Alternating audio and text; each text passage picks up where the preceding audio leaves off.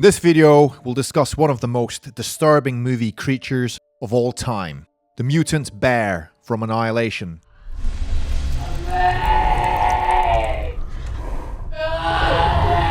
Slow burn sci-fi horror movie made back in 2018. My favourite kind. You want explosions and stuff? Watch a Michael Bay movie. Hereditary did well. Annihilation is based on the Southern Reach trilogy by author Jeff Vandermeer, which revolves around the zone dubbed Area X. A team of female scientists cross into this area, which features bizarre plant and animal mutations, and it's worth noting none of the past expeditions have made it back alive. Annihilation went straight to Netflix in the UK and saw a limited release in the USA, Canada and China, much to the dismay of director Alex Garland. Anyway, I enjoyed the movie. In general, I like stories that have some kind of mysterious force or object, and then you spend the rest of the movie trying to figure out what it is. A few key scenes get stuck in one's mind. Tessa Thompson turning into a tree, Oscar Isaac showing us some moving intestines inside a still live human, and the bear. The bear that has other human skulls fused to its face and uses their death cries to lure in more prey. Yes, you heard me right. The bear. The bear. Stephen King once wrote that there are three types of scares: gross out, horror, and terror. Gross out is self-explanatory. It's a severed head, mutilation, the entirety of the Saw franchise.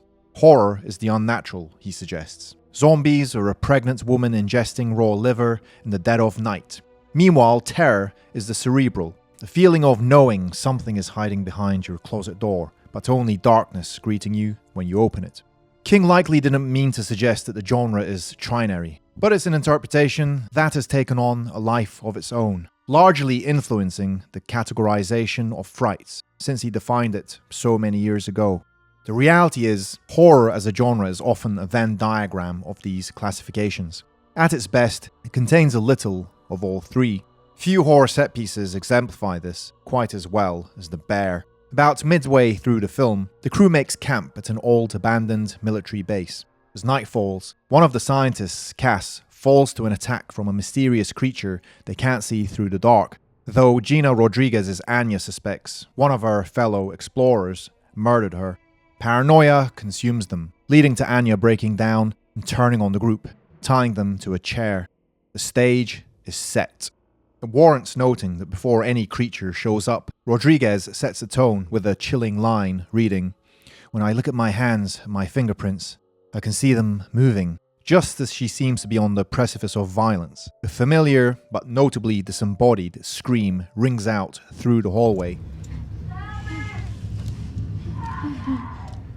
It's Cass. Anya bolts, running off to save her friend, but quickly disappears with a yelp. As they're bound to chairs, the group can't fully turn to see what she's encountered, though they seem to know it isn't Cass.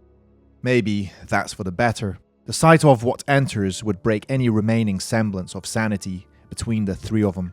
The bear lumbers across the wooden floorboards, though not one of the human world. Blanketed in shadow, we first only see its face, which has rotted away, revealing a sentient skull beneath.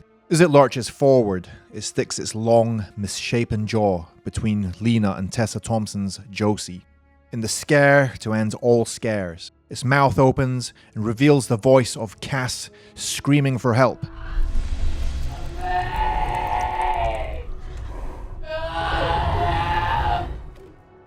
It's the intersect of King's trinary of scares. The rotting flesh of the bear, peeling away to reveal the skull beneath, is so vile a sight, it's hard to not imagine what its breath smells like as it wafts over Lena's shoulder. The sight of the bear, which has clearly died at least once, somehow still alive, is the unnatural incarnate, as is the moment the scream of one of its victims careens out of its mouth, shattering tense silence. And then there's the terror of it all. The realization as to where the noise is coming from.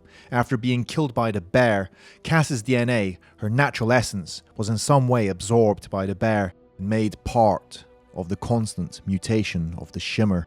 In that moment, Lena and her fellow travelers know the same fate awaits them, should death find them on this journey. It's hard to imagine newcomers to the film experiencing this scene for the first time, not muttering, "What the fuck?" under their breath. Such a response to Annihilation's mutant bear is more or less involuntary. Garland's brand of existential science fiction horror is present in both of his feature films.